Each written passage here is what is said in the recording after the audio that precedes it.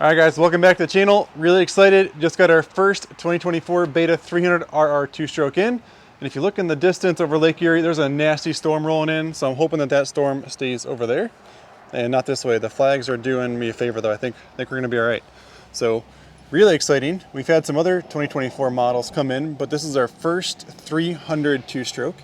And as always, I love to do a walk around when we get new models in for new model years.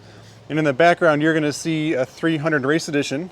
That is a 2023 model. So I brought that out because there's a couple comparison things I'd like to make with last year's model. So yes, that's a race model and there are other differences, but I'm not concentrating on that. So this is the bike of the video, and so this is what we're going to concentrate on. So I love 300s. In fact, the other one in the back, we got two of these, I'm going to keep and do a bunch of videos on. So if you guys want more 300RR videos, please stay tuned and subscribe to our channel. I'd love it. So right off the bat, there's a lot of standard beta features. So if you're new to beta in this video, you're trying to learn about the brand to buy one, hopefully this is super informative. And then we can kind of go into more techie stuff, and then also just how much fun they are to ride. So, and you can kind of check out our channel because there's a ton of beta riding content on there. So we kind of start at the front. This year they are coming with Maxxis tires right there. And they've got the Excel rims on the 300s.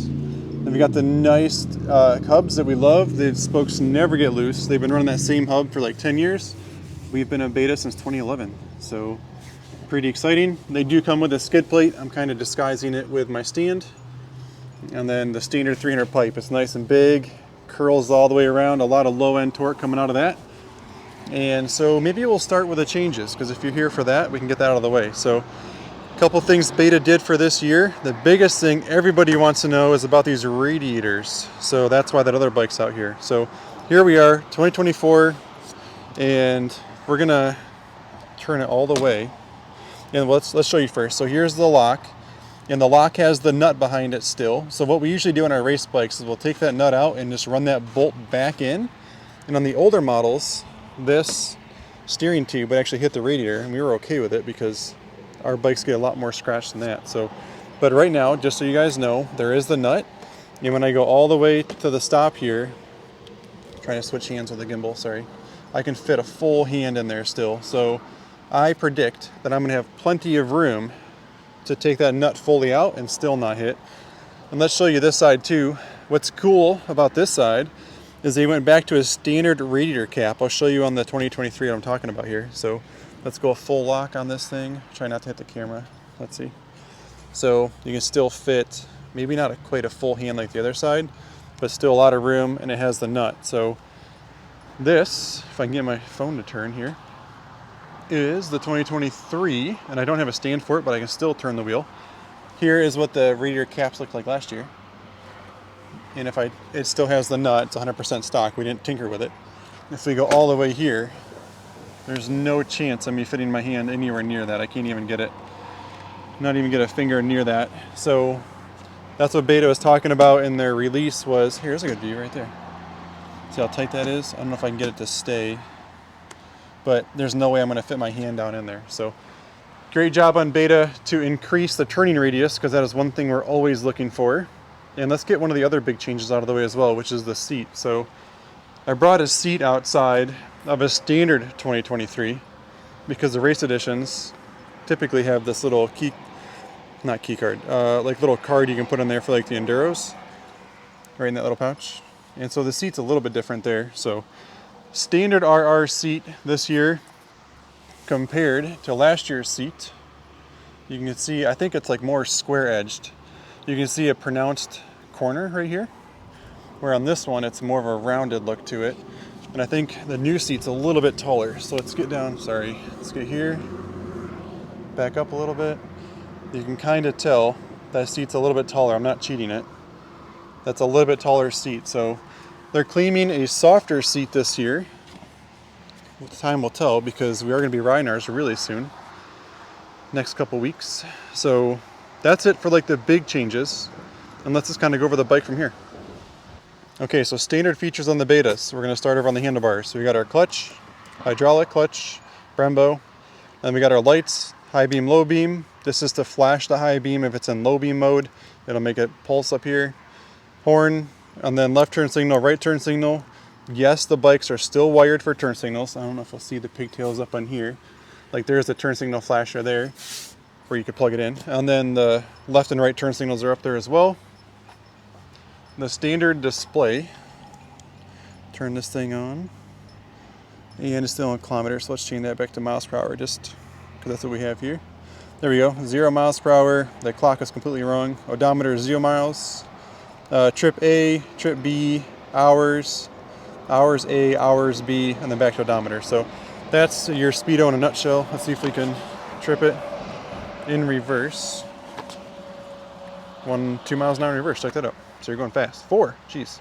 So there's your speedo, and then on this side of the handlebar, we have the front brake, throttle, kill switch, and start button. And as soon as we tap this, the bike's gonna wanna start. So if you have little kids around, you might wanna disconnect your negative terminal on your battery if the bike's sitting around. As we move down, we've got our dual map ignition switch. So in a minute when I start the bike, you'll see here, if we do this, these things start so fast. I wasn't really trying to start it, I just wanted to make it glow. So you could see the LED was on this side. If I would tap it, it would move the LED over to the rain cloud. So it just kind of changes the timing so you get a little bit more predictable fuel. A little over 2 gallon tank, that's been the same since last year. No changes there. I love that it's clear. Right there, there's our fuel level. So, well, it's kind of behind the shroud, but you can see it splashing up. Really nice feature. And as you come down here, I love the beta oil change process because here's our fill cap and here's our drain plug. It's that simple. It's a 13 mil. You can get onto it straight right there. Take a cup, hold it underneath, drain your oil and refill on top. And then this is our power valve screw. And I have videos on the channel of us tinkering with this. You can screw it all the way out and all the way in, and it changes the characteristics of the power valve. And that really just changes how soon the power gets delivered. It doesn't change how much power, but it changes at what RPM you feel it. So I like to be clear on that. And then down here we have, again, the Maxxis rear tire. Pretty wide, it's a 140/80/18. Got the hubs again, nice Nissan brakes. Really nice setup. They've been running that same brake pad since 2011, which we love. Very simple for us as a dealer. Got the standard sprockets. This one, this year, is coming with it's pretty big. Oh, it's a 48. It's actually not bad. So 48 rear. They do come standard with a kickstand. I just got it up on the stand to make it look cool for the video. And then you do have kickstand rubber. Ta-da! So easy enough there. And then on this side of the engine, I love the fact that they're still carbureted. I can still work on them. There's no glitches. Carburetors have been bulletproof for so long, and I love the power and the feel of it. So I'm very thankful we're still running this carburetor, and very easy to operate. So we have our fuel shut off reserve, so it's going to suck fuel all the way down. On stops pretty high, so if you're running in the on position, you're going to run out of the gas like right about here. You will have to flick to the reserve quite a bit sooner, and then off for traveling. And then this one is oil injected. You can see that little hose coming around the front, going right into the front of the car boot, and that sneaks around up into the air box, and we'll go over that here in a second. And choke is here. So when it's cold out, I actually didn't even use it. It's actually pretty chilly today, but I did not use the choke at all a second ago, and it started right up. So they do make a cool slave cylinder guard if you want to get rid of this plastic piece here. There's a lot of guards. We do different skid plates and rad guards, rear rotor guards, so all of our race bikes get a lot of different stuff built on them. And next, let's show you underneath the seat. So let's see if I can do this with one hand. Yeah, nice. Sometimes they're tricky. So as we go underneath here, this is our oil fill. Our battery's right here. It's a lithium battery. And then this next part is a little bit trickier with one hand. 1, 2. So this is how easy it is to get your air filter. You pull the 2 tabs out, and then there's our air filter. Super easy to get to, no tools needed. You can pop this down, slide the air filter cage out, service your air filter, put it back in, and you can kind of see that oil tank wrapping around in there. So typically, like, my rule of thumb is like 2 tanks of gas to 1 tank of oil, but I would love for you to fill your oil every time you ride. So I don't think it's necessary to chance it. Why? There's no reason. And there is a low oil light, so if you did ride it lower, there is a light that would come on, but not a big fan of relying on that. So we got the seat back on there. So in a nutshell, that's the new Beta 300 RR 2-stroke. It did go up a little bit in price. It went up 200 bucks from last year. So they are $10,099 now for a 2024 model. They do have the tail light. We can talk about that. So tail light, brake light. So no matter what brake you hit, whether the foot brake or the hand brake, the brake light's going to light up. And let's start it for you guys now. So still a cold engine. I might have to play with the choke here a little bit.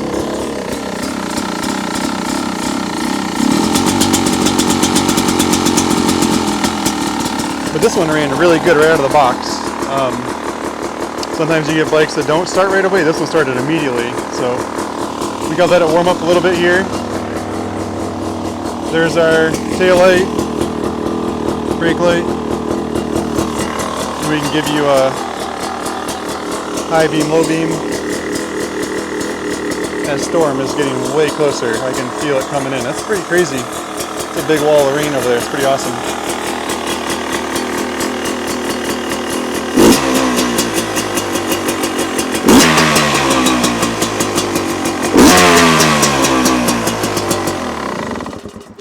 So maybe just to wrap up the video, let's give you guys a little reasons on why I would buy a 300. Pretty much every reason in the world. So no, the reason for a 300 is everything. So I can take this bike to the track. I can take it to the hair scramble. Oh, it's gonna rain on me. I'm gonna get these bikes inside, then we'll finish this up. Just got the bikes moved inside in a nick of time. So real quick, we'll wrap it up with the reasons to buy a 300. So you can take this bike to the track, on the motocross track, and have a great time with it. You know, unless you're like a AA rider, the SOX suspension's the open cartridge. I think it works really, really well. It's a softer suspension. This is that KYB. This is closed cartridge, so a stiffer ride here. Like a lot of guys that race, a lot of people swear by the KYB front and rear, and that's fine. That's why they make both. But for me, just a trail rider. So we covered the track. Single track, there's really nothing a 300 can't do. It's going to lug. It's going to give you all the top end you need. It is a 6-speed gearbox. So plenty of torque down low. You can idle this thing around. They do make the cooling fan kits for these. So if you want to, we do like the cooling fan kits if you're going to do slow single track. And the 300 works for just following the kids around too. So if you're trying to have a bike where you can you've got some beginner riders, like my little guys are just kind of coming off the 50s back there. I think it's important. I can ride at 1 or 2 mile an hour or first or second gear behind them. The bike's not going to overheat.